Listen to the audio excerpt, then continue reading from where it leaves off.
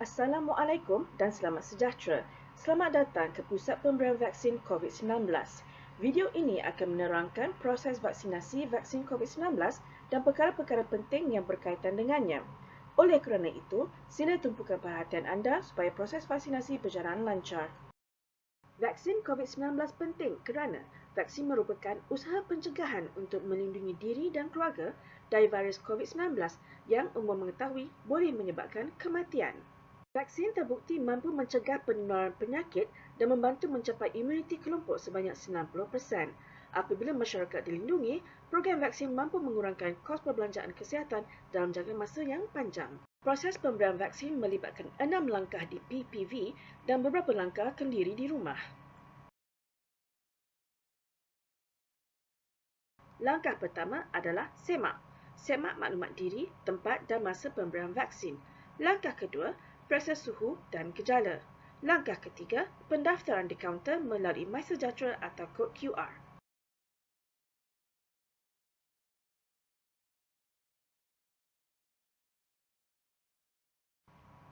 Langkah keempat adalah penerangan dan pengisian borang kebenaran.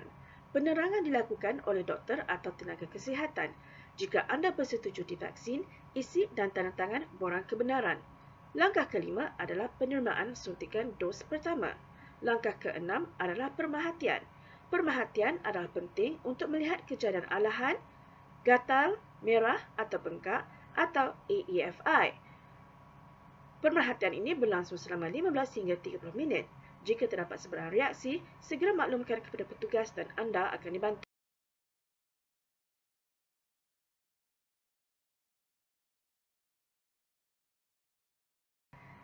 Setelah 30 minit anda disuntik dan tidak terdapat sebarang gejala, anda bolehlah pulang. Tapi sebelum pulang, anda hendaklah update status di MySejahtera.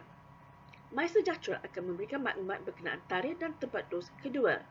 Langkah ke-8 adalah perhatikan kesihatan diri di rumah. Jika anda demam atau ada sakit di tempat suntik, ini merupakan gejala umum.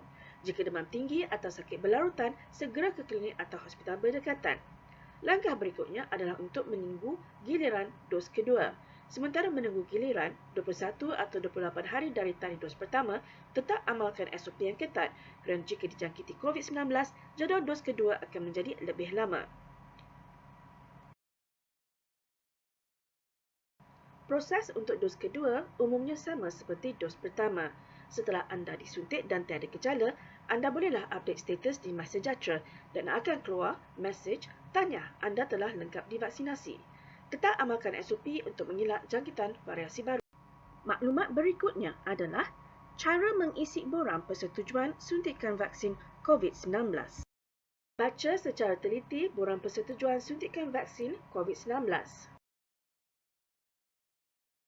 Isi bahagian sejarah kesihatan. Tandakan di kotak yang berkaitan.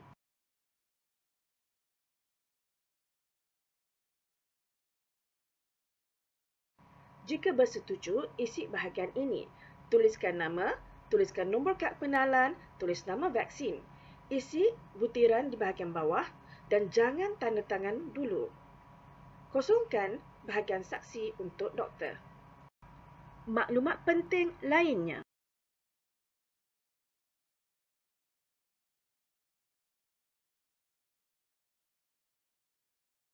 Jarak di antara dos pertama dan dos kedua adalah 21 hingga 28 hari. Setelah disuntik, tubuh memerlukan 10 hingga 14 hari untuk membentuk dan mengaktifkan antibodi. Oleh kerana itu, setelah menerima suntikan, anda tetap perlu mengikuti SOP yang ketat. Jika anda dijangkiti virus COVID-19 pada waktu ini, bantuan yang boleh diberikan adalah terhad kerana COVID-19 belum ada ubatnya. Dos pertama memberikan kekebalan sebanyak 50 hingga 70% dan dos kedua menambah kekebalan sehingga di atas 90%. Siapa yang tidak boleh divaksin? Wanita hamil, wanita menyusu, orang yang mengalami alahan terhadap vaksin, orang yang mempunyai riwayat alahan teruk, orang yang mengalami masalah darah seperti hemofilia, orang mempunyai masalah saraf yang berat, contohnya Guillain-Barré syndrome, orang yang mengalami penyakit kronik yang tidak terkawal, orang mempunyai daya ketahanan tubuh yang lemah seperti HIV, orang yang mengambil ubat-ubatan tertentu dan orang yang tidak sihat tidak boleh divaksin. Jika anda telah disahkan positif COVID-19, anda hanya layak mendapat vaksin setelah 3 bulan dari tarikh diagnosis. Umumnya, terdapat 3 keadaan yang memerlukan penilaian sebelum divaksin. Nombor 1 adalah orang yang mempunyai daya tahan tubuh yang lemah seperti pada pesakit kanser, orang yang menjalani transplantasi organ dan pada pesakit HIV. Golongan kedua adalah orang yang mempunyai masalah darah seperti penderita hemofilia atau orang yang mengambil ubat cair darah. Dan kelompok ketiga adalah orang yang mempunyai riwayat alahan teruk. Mereka mungkin boleh divaksin tetapi perlu mendapatkan vaksin di hospital. Di Malaysia, ramai orang mengalami masalah tekanan darah tinggi, kencing manis dan kolesterol tinggi. Bagi mereka yang mengalami masalah tersebut, tetapi dalam batas yang terkawal dengan ubat dan diet, boleh divaksin. Maklumkan jika anda mengalami masalah kesihatan dan jika ada sebarang riwayat alahan. Vaksin disuntik di bahagian lengan atas lebih kurang jarak 2 hingga 3 jari dari tulang bahu. Vaksin disuntik di dalam otot, bukan tulang. Setelah disuntik, anda mungkin tidak akan mengalami sebarang gejala. Namun, terdapat beberapa orang yang akan mengalami sakit di tempat suntikan, berasa letih dan sakit kepala. Sebahagian lagi mungkin akan mengalami merah, bengkak dan gatal.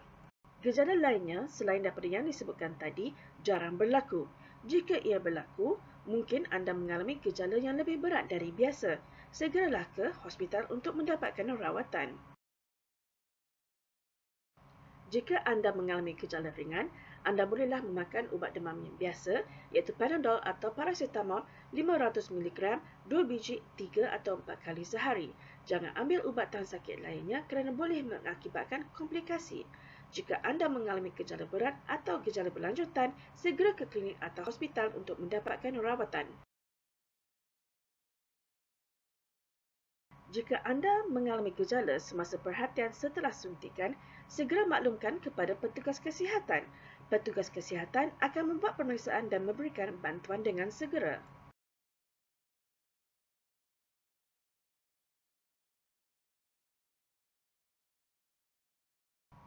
Terima kasih atas perhatian dan kerjasama anda. Semoga kita dihindari dari COVID-19 dan pandemik segera berakhir.